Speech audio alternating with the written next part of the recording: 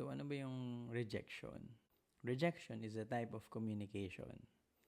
It conveys a message that someone else is unsatisfactory to us, that he or she doesn't measure up to a standard we've created or adopted. So kapag meron tayong sinet na standard, tapos feeling natin, hindi siya naka-reach dito, then sometimes we reject them. Rejection is willfully used as an act of manipulation designed to control someone else. So, pwedeng ganun yung mangyayari. Yung rejection na gagawin natin sa ibang tao is a way of manipulating them.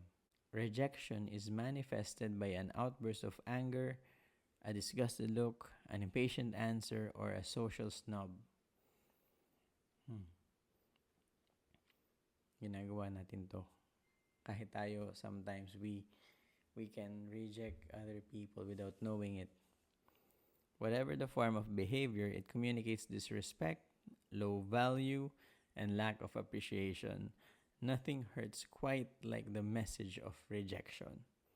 Kung tayo, we are so scared of being rejected, sometimes, ginagawa din natin sa iba.